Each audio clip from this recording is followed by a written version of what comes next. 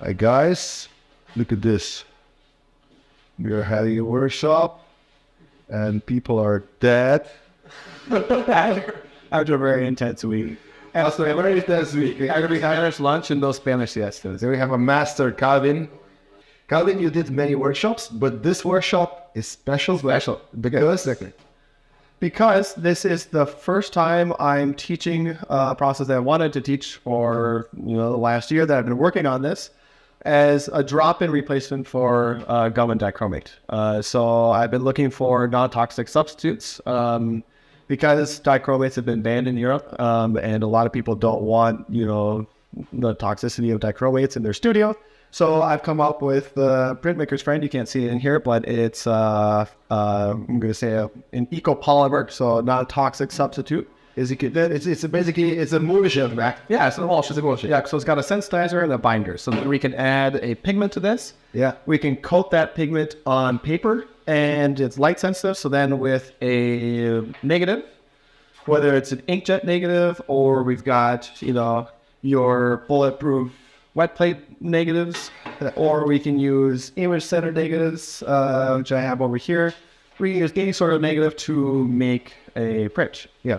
So let's just see some of the. This is the first print we made on Monday, and gum print is very slow process. But here we are, 1, 2, 3, 4, 5. I think we are eight of us, and yeah, we made that on Monday before lunch. We made nine, because you did also want 9. So how is that possible? I usually work with image center negatives, but I want to make this accessible to everybody. So I would figure out a system that worked with inkjet negatives. So I can print it on my inkjet printer, make a cheap negative very fast, and then be able to make a print. And normally what you do to build up tone in a gum print is you make your first layer, which might be something like this. Yeah, so this is the first layer? Yep, and then you develop this in water. So the kind of cool thing about gum or with this printmaker's friend, this eco-polymer, is for developing, we don't need any special, like for developing normal prints, you need some sort of developer. Here is just water. It doesn't need to be hot or anything, just whatever comes out of the tap. And so we develop this, and then you have to wait for it to dry before you do the next coat. So here we have a test strip of, 3.0 density.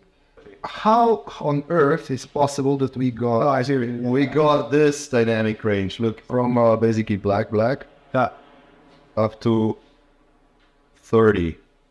How is it possible that we have that, we get this? Yeah, so normally we're running into the problem of, in a gum print, of the highlights blowing out, getting a really deep black. Like you came in, you said, oh man, these look like platinum prints. So getting these nice deep, black, matte black, blacks. Yeah. How are we getting that? Well, I got some blocks here. Yeah, so if you think about this as the tonal scale here as some blocks like this. Yeah. The tonal scale is, tonality on this is going up in this area, and then it kind of plateaus off. So it's going to look something like that, right? Yeah, that's right. And then if we were to grab another one, okay, this starts further down the tonal scale. So where this one stops, this one starts. That's right. And we can build up the tonality a little bit more, like that. And then this gets up to a point where the tonality on here stops, and so we can expose another layer and build it up further. So here we have blocks with 3 layers, but on the print here, what do we have on this one? 8 different layers. So that way we have a total range, covering a negative that has a density of almost 3. Yeah. So it's amazing that we have everything from deep blacks to details saying brightest highlights. And then the really cool thing about this is that each of these is kind of like a fixed point on our let's say contrast curve. So we can adjust. So this was the first print that we made, and we decided, okay, it was a little bit dark or something like that.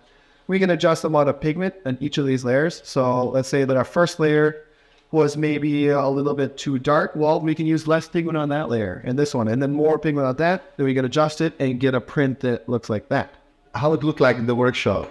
Calvin took a picture with his phone. Took it to the computer. Yeah, so in Photoshop, we actually made a Photoshop curve adjustment in Digital World to kind of get an idea. Yeah. And then we're able to, from that Photoshop curve, calculate, okay, how do we need to adjust these amounts of pigment? So if before we were using, 1 gram of pigment, but then we adjusted that curve down, then we can know how much to adjust So that. basically, he went to the Photoshop and he changed the contrast only on this area.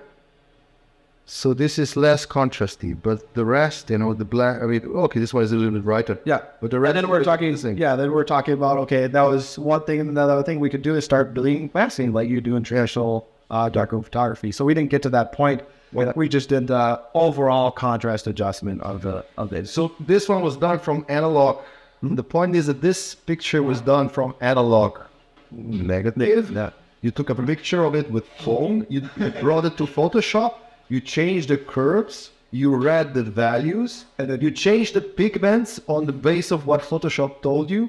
Yeah. And you made in the back. So just using a digital tool to kind of help us along in an analog role. Yeah. This print is, still 100% analog. Yeah, absolutely. Yeah. So it's like really amazing.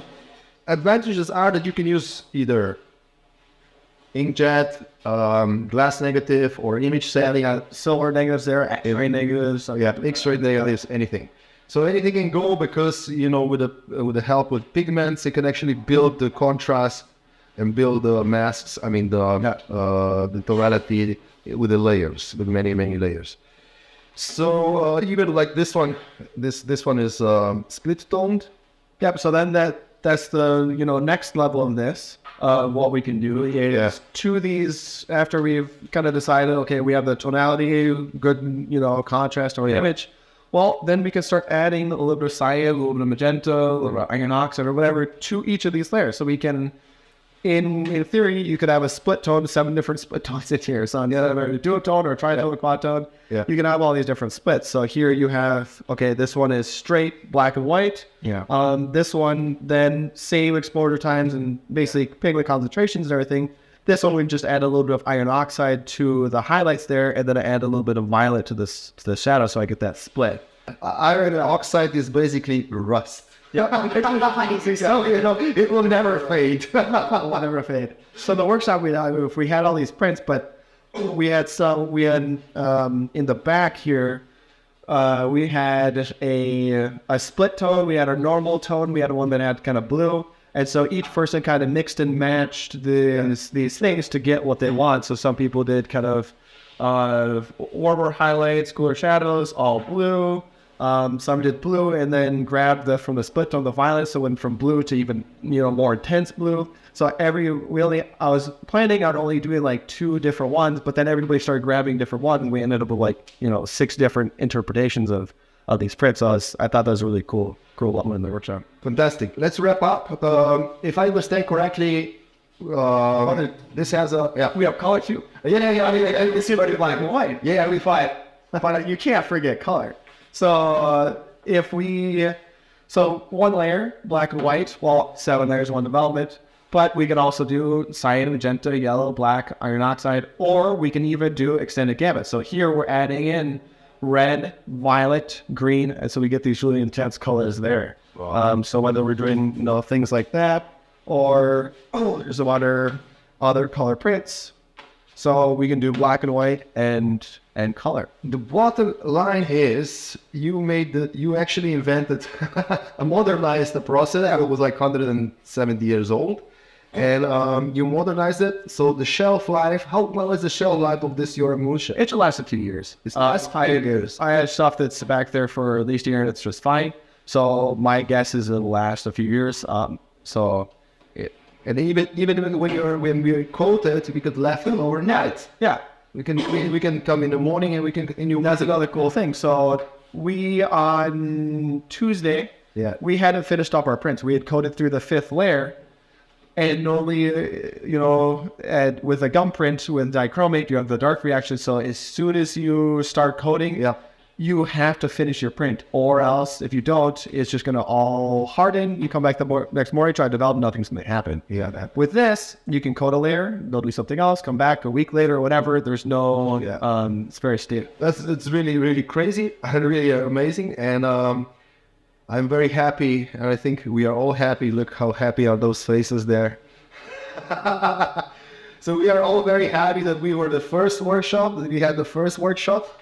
And we all bought this emulsion, and this emulsion. So far, this doesn't have any labels on it. Yeah. Because I'm still working with a toxicologist, waiting on ASCMI certification and recertification to sell it in the U.S. and Spain. So that's why it's not available to the general public yet. That should, early next year actually. The certification. Yeah. So this is crazy. So this will actually be, it's a non-toxic, eco-friendly, environmental friendly emulsion. And the last that this has a huge shelf life. It's not poisonous, so basically we worked basically without gloves. Yeah. And So we still don't have certifications for it. So whether you wear gloves or not, the toxicologist will let me know. okay, so maybe I will add that out. Yeah, edit that out. So so let's go again. So basically, this emulsion is non-toxic, eco-friendly, and we all going home. We bought this from you, and where in the future can people buy It should be as soon as I get ASMI approval in the U.S. It should be available on Amazon, and then in Europe, whether I sell it to art stores or on the Printmaker's Friend website. Where's more information about it? Printmaker's Friend website, or the webprint has some, or if you YouTube, or there's a group on groups.io. So. Great. So, okay, let's give it up for Kaveh.